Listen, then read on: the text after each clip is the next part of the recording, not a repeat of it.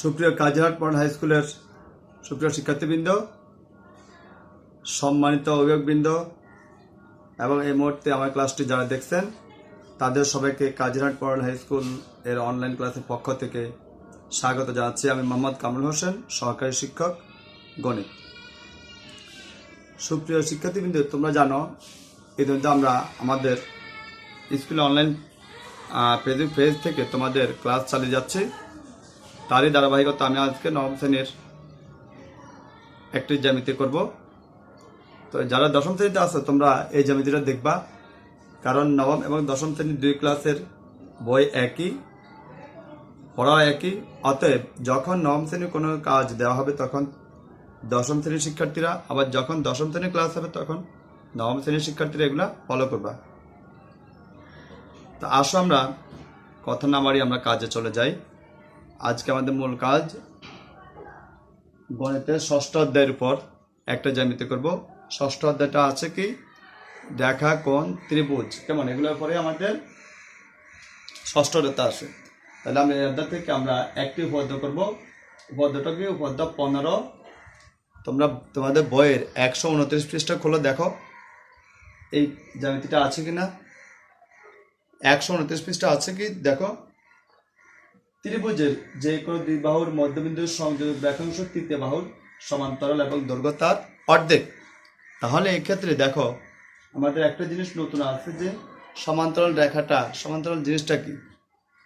আমরা সমান্তরাল জিনিসটা সবাই চিনি, ঠিক না? দেখো আমরা এটা নিচের ক্লাসগুলোতে এটা করে আসছো সবাই, যদি হারিয়ে পেলো আমি আরেকবার বলতেছি। সমান্তরাল সেটা হচ্ছে দুটি রেখা পরস্পর থেকে যখন সমান দূরত্ব বজায় রেখে চলবে, কেমন, পরস্পর থেকে সমান দূরত্ব বজায় রেখে চলবে, তারা কোথাও মিলতে হওয়ার সম্ভাবনা নেই, এইরকম রেখা হলে তাদেরকে বলবো কি, সমান্তরাল রেখা। এখন সমান্তরাল সরল রেখা হতে পারে, আবার বক্ররেখা হতে পারে।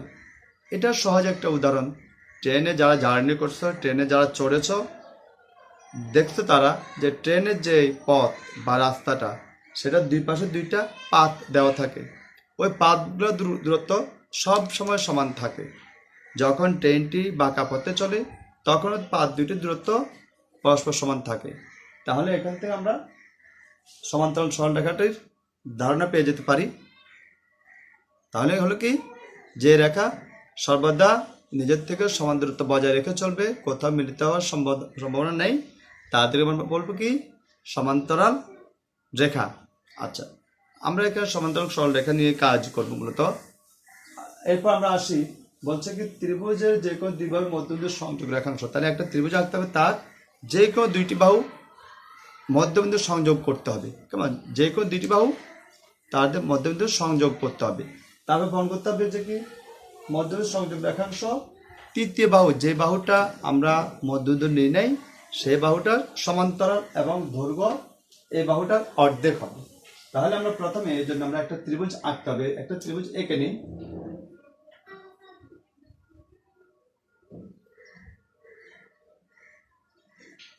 এ বি সি, তোমরা আমার সাথে সাথে এঁকে নাও, তাহলে কাজটা তোমার জন্য সহজ হবে। এ বি সি একটি ত্রিভুজ আঁকলাম। মনে করে এ বি মধ্যবিন্দু ডি, এ সি মধ্যবিন্দু ই। আমি মনে করলাম এ বি মধ্যবিন্দু আছে এখানে, এ সি মধ্যবিন্দু হলো এখানে। তোমরা আঁকার সময় একটা বুদ্ধি করবা।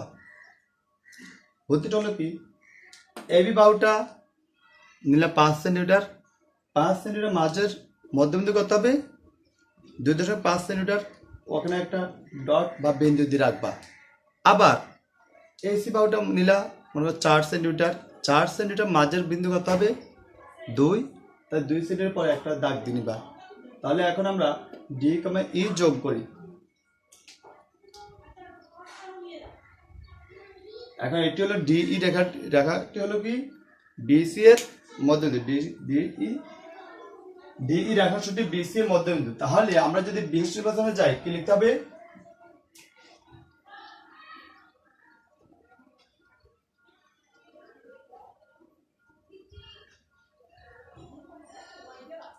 মনে করি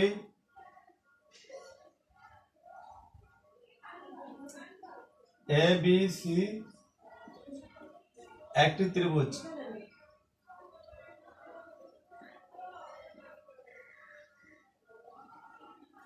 এবিসি একটি ত্রিভুজ, এবি মধ্যবিন্দু, ডি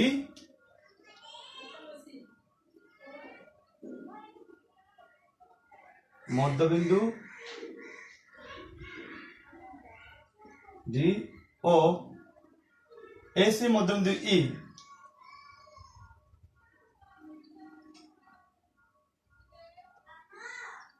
এসি এর মধ্যবিন্দু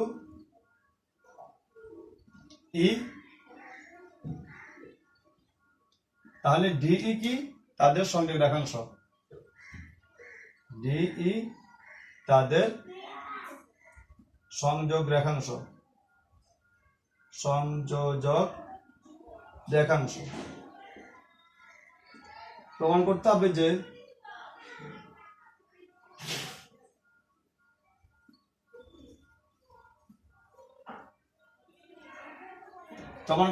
যে ডিইটা বিসি এর সমান্তরাল।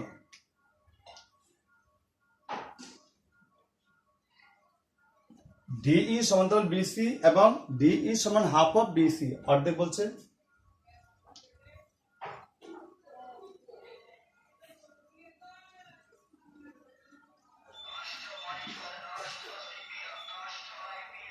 তাহলে আমরা দেখি ডিই সমান্তরাল বিসি এবং ডিই সমান হাফ অফ বিসি, আমাদের এটা প্রমাণ করতে হবে। তাহলে আমরা আসি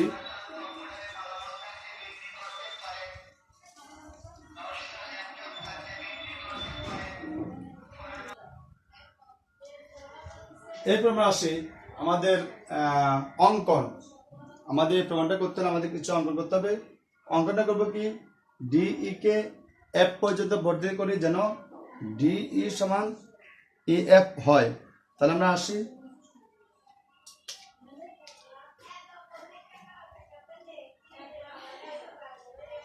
ডিই কে এফ পর্যন্ত বর্ধিত করে যেন ডিই সমান ই এফ হয় এবং সি কমা এফ যোগ করি। তাহলে যোগ করে দিই সি এফ, ঠিক আছে, সি কমা এফ যোগ করি। এখন আসি প্রমাণে। তাহলে আমাদের এই পর্যন্ত অঙ্কনটা পারবা তো সবাই? অঙ্কন করলাম কি? খাতায় তোমরা লিখে নিও। অঙ্কন ডিই কে এফ পর্যন্ত বর্ধিত করে যেন ডিই সমান ই এফ হয়। কেমন? এবার আসি আমরা প্রমাণে। প্রমাণ, আমাদের অঙ্কনের কাজ শেষ। এখন আসি আমরা প্রমাণে। অঙ্কন আমি লিখলাম না, তোমরা খাতায় লিখবা। প্রমাণ, প্রমাণ আসবে কি? প্রমাণ ত্রিভুজ অফ এ ডি ই ও ত্রিভুজ অফ সি এফ ই এ কি কি সমান? দেখো তো এই দুইটা ত্রিভুজের মধ্যে কি কি সমান রাখছিলাম? ডিই সমান ই এফ, আবার এ ই সমান সি এফ সিই। কেন? কারণ ইটা, কারণ হলো ইটা এসি এর মধ্যবিন্দু। তাহলে বলতে পারি কি? ডিই সমান ই এফ কমা এই সমান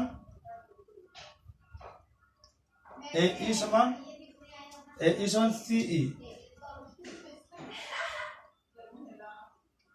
এবং দেখো তো এই ত্রিভুজটাকে আমরা যদি দুটো ত্রিভুজকে এখানে নিয়ে আসতে হবে,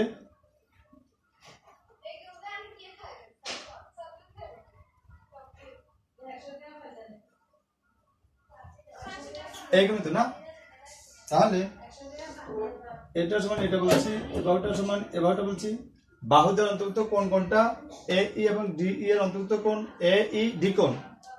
তাহলে অন্তর্ভুক্ত বা বিপরীত কোণ এ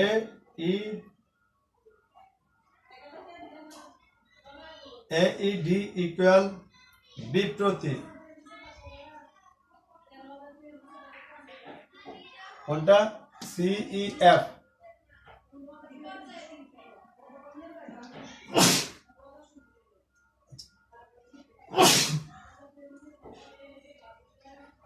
সরি, আচ্ছা আমরা আসি এ ই ডি কোণ ইকুয়াল বিপরীত সিই এফ কোণ। এখন দেখো এটা বিপরীত না বলে আমরা অন্তর্ভুক্ত কোণও বলতে পারি। এ বাহুর অন্তর্ভুক্ত কোণ, বাহু দুইটির অন্তর্ভুক্ত কোণ সেটাও বলা যায়। এই ত্রিভুজের দুইটি বাহু একটি কোণ, এই ত্রিভুজের দুইটি বাহু একটি কোণের সমান, অর্থাৎ এই দুইটি ত্রিভুজের মধ্যে। তাহলে ত্রিভুজ দুটি কি হবে? আমরা জানি ত্রিভুজের যে কোনো ত্রিভুজের দুইটি বাহু একটি কোণ, অপর একটি ত্রিভুজের দুইটি বাহু এবং অনুরূপ একটি কোণের সমান হলে ত্রিভুজদ্বয় কি হবে? সর্বসম হবে। তাহলে আমরা এক্ষেত্রে লিখতে পারি কি? ত্রিভুজদ্বয় পরস্পর সর্বসম। আমরা লিখি ত্রিভুজ এ ডি ই সর্বসম ত্রিভুজ সি এফ ই। কেমন? সি এফ ই, তোমরা যদি সি ই এফ লিখো তাহলেও কোনো ভুল হবে না। আমরা দেখো ত্রিভুজ যেহেতু সর্বসম, তাহলে ত্রিভুজ সর্বসম হলে তাহলে কি কি হবে? এদের অন্য কোণগুলো বা অন্য বাহুগুলো অনুরূপ, অন্য কোণ অন্য বাহুগুলো পরস্পর সমান হবে। তাহলে আমরা যেহেতু বলছি দুইটি কোণ পরস্পর সমান, এ ডি ই কোণ সমান সি এফ ডি অর্থাৎ ই এফ সি কোণ বলা যায়। ঠিক আছে, তাহলে আমরা অন্য দুটি কোণ কোনটা বলছি? আমরা এই কোণটা আর এই কোণটা সমান বলে ফেলছি। কেমন?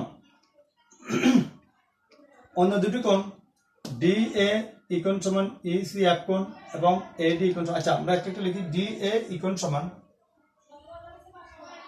ডি এ ই কোণ সমান ই সি এফ কোণ এবং আরেকটা কোণটা হইল এ ডি ই কোণ সমান, আমাদের এখানে এ ডি ই কোণ সমান ই এফ সি কোণ। ঠিক আছে, এবং বাহু এটি সমান বলছি, এটি সমান বলছে, আর বাকি রইল কোনটা? এডি আর সি এফ। মানে এটা বাকি রয়েছে না, তাহলে বলতে পারি কোনটা? বাহু এডি সমান সি এফ সমান, আবার দেখো সি এফ এডি সমান বলছি এডি আর বিডি পরস্পর সমান না? এডি আর বিডি, এডি এবং বিডি পরস্পর সমান। তাহলে বলতে হবে কি? এডি সমান সি এফ সমান বিডি।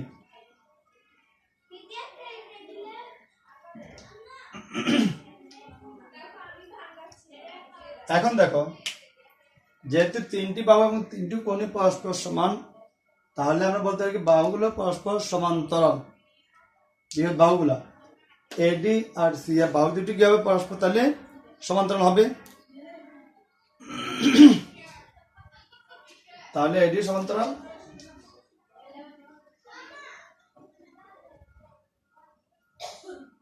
এডি সমান্তরাল সি এফ। এখন দেখো, এডি কে এই পর্যন্ত না বলে আমরা যদি এডি কে বি পর্যন্ত বলি, এ বি কোনো মানে করে পরিবর্তন হবে না তো? কেননা এডি বাহুকে আমরা যতদূর বৃদ্ধি করি, এডি বাহুকে যতদূরই বৃদ্ধি করি তার মানে কোনো পরিবর্তন হবে না, কারণ এডি এবং সি এফ কোথাও মিলিত হওয়ার সম্ভাবনা নাই, তারা পরস্পর কি? সমান্তরাল হওয়াতে। তাহলে এডি বলতে বলবো কি? এডি বলতে এ বি বলবো। সুতরাং এ বি সমান্তরাল সি এফ, এ বি সমান্তরাল সি এফ। এখন দেখো বি সি ডি এফ, এটা কি হয়? তাহলে একটি সমান্তরাল হইল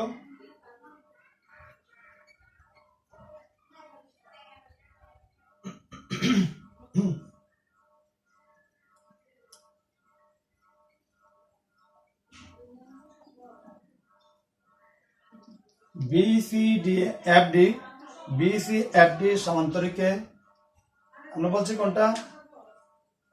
বিডি সমান্তরাল সি এফ, বিডি সমান্তরাল সি এফ বলছি। কেমন?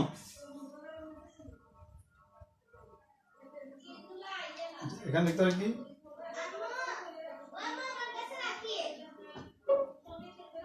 এখান থেকে লিখতে হবে বিডি সমান্তরাল সি এফ। এখন দেখো, যেহেতু বিডি সমান্তরাল সি এফ এবং বিডি সমান সি এফ, কেমন? তাহলে এ বাহু পরস্পর সমান ও সমান্তরাল, অর্থাৎ এ বাহু পরস্পর সমান ও সমান্তরাল হবে। তাহলে বলতে হবে কোনটা? বিডি বিসি সমান্তরাল ডিএফ বা বিসি সমান্তরাল ডিএফ কে ডিই পর্যন্ত লিখি।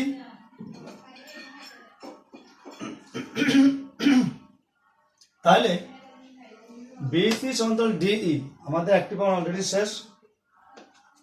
বিসি সমান্তরাল ডিই কেমন? আমাদের একটি প্রমাণ অলরেডি শেষ। আচ্ছা, এরপর আসে আমরা আরেকটা কথা বলছি কি, তার অর্ধেক দৈর্ঘ্য, তার অর্ধেক কেমন?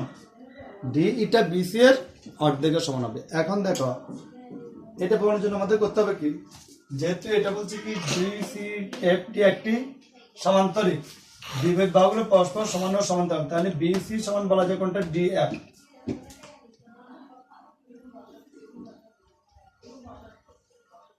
বিসি এফডি সমান্তরিক হওয়ায়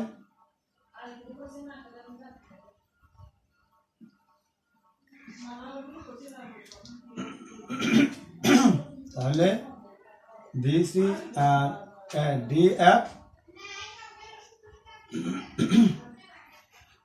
সমান বিসি ডিএফ মানে বলা যায় কি ডিই যোগ ইএফ।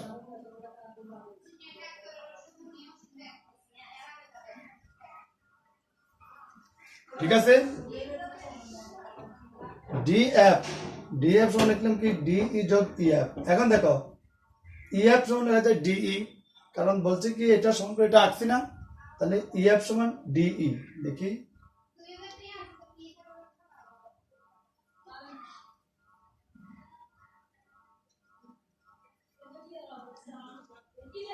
তাহলে কয়টা ডিই? 2 ডিই সমান লেখা যায় বিসি বা ডিই সমান লেখা যায় কত? হাফ অফ, কারণ এ পাশে যেহেতু আমাদের এটা পুরোটা গুণ, ও পাশে গেলে কি হবে? ভাগ হয়ে যাবে। তাহলে ডিই সমান হাফ অফ বিসি, মানে এইটা প্রমাণিত হয়ে গেছে আমাদের।